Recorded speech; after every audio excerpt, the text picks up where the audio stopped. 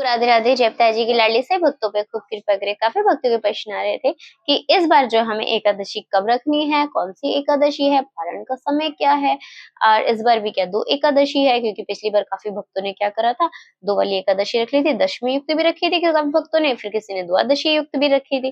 तो कृपया करके पूरी वीडियो को पूरा सुनिएगा, उसमें आपको पूरे पारण की जानकारी मिलेगी, प्लस आपको कौन से दिन एकादशी रहनी है वो भी आपको जानकारी मिलेगी। सारा समाधान एक ही वीडियो। तो अभी जो एकादशी आने वाली है वो एकादशी रमा एकादशी है, उसको रंभा एकादशी भी बोलते हैं। और आपको पता है कार्तिक मास चल रहा है, तो कार्तिक मास को दामोदर मास भी बोलते हैं।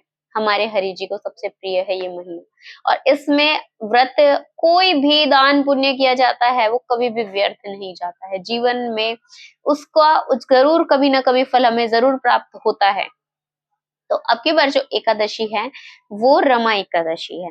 तो काफी भक्तों को कंफ्यूजन है। इस बार हम 27 तारीख को रहेंगे, 28 तारीख को रहेंगे एकादशी। तो इस बार दो एकादशी है। देखिएगा मैं आपको क्लियरली बताती हूँ।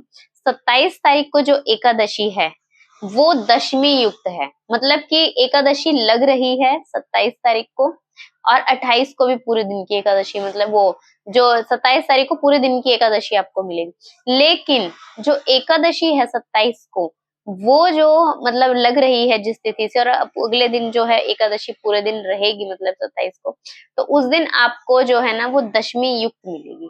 तो दशमी युक्त कभी भी एकादशी नहीं की जाती है। तो आप लोगों को, सभी भक्तों को जो है ना 28 तारीख को मैं तो सजेस्ट करूंगी कि आप कृपया करके 28 को व्रत रखें। बाकी आप अपना गुरु आज्ञा का पालन कीजिएगा, जो आपको उचित लगता है आप वो कीजिएगा। अब मैं आपको ये सबसे पहले बताऊं, देखिएगा गरुड़ पुराण में, मतलब साफ शब्दों में हमारे शास्त्रों में मेंशन है कि जो जो गंधारी जी थी उन्होंने दशमी युक्त एकादशी का व्रत किया था, उनके आंखों के आगे ही उनके सभी पुत्रों का विनाश हो गया था। साफ साफ गरुड़ पुराण में मना भी है, इसलिए कहा जाता है कि जो पहली होती है वो सामर्थ्य एकादशी होती है, जो दूसरी होती है वो वैष्णव एकादशी होती है। हमेशा जो है ना खाटू श्याम मंदिर में सीकर में सबसे पहली एकादशी रखी जाती है मोस्टली। लेकिन इस बार खाटू श्याम सीकर में भी 27 तारीख को जो एकादशी ना रख के पूर्णतः 28 तारीख को एकादशी रखी जा रही है। वृंदावन में, इस्कॉन में, गौड़िया मठ में, बहुत सारे संप्रदायों में भी 28 को ही एकादशी रखी जा रही है।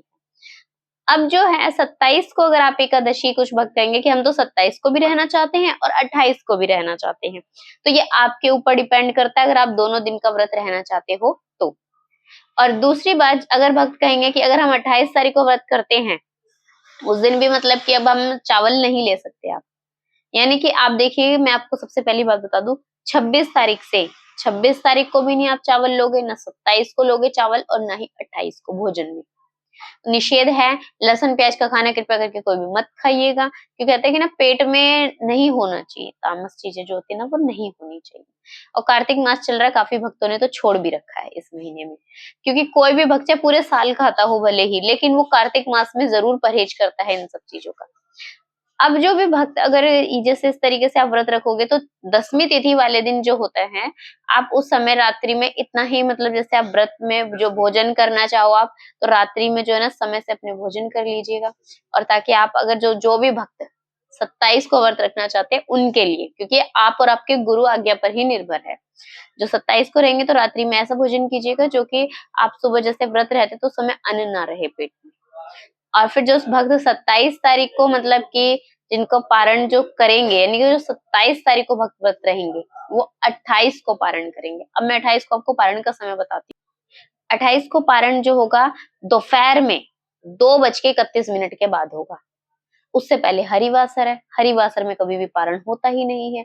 अब समझ लीजिए पूरे, आप जब 28 तारीख को व्रत करोगे तो आधा दिन की तो आपकी वैसे ही वो एकादशी हो जाएगी। 27 वाले दिन आधे दिन का तो व्रत आपका वैसे ही लग जाएगा, क्योंकि आप 27 तारीख को भी पूरा दिन व्रत रहोगे, 28 तारीख को दिन में 2:30 के बाद आप पारण करोगे 2:31 के बाद में।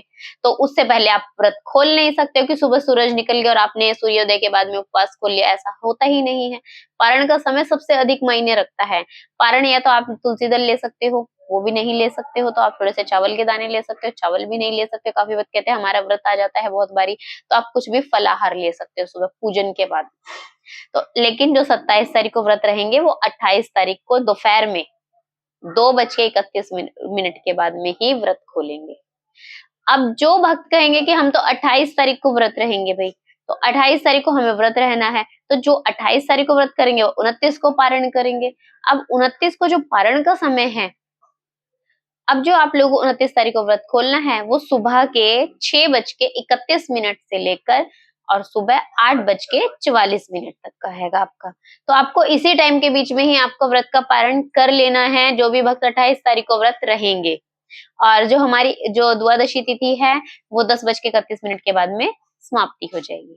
तो इस तरीके से विदाउट कोई कंफ्यूजन आपको मैंने दोनों ही चीजें बता दी हैं, किस दिन आपको व्रत रहना है, आप रह सकते हो। और अभी प्लीज मुझे जल्दी कमेंट कर दीजिएगा अगर किसी का भी कोई भी प्रश्न हो, ताकि आप जो भी व्रत रहो उससे पहले मैं उस चीज को बता सकूं, उसका रिप्लाई कर सकूं मैं आपको। तो इस तरीके से आप जो अपनी एकादशी व्रत रह सकते हो। सभी को राधे राधे, जय पिता जी की।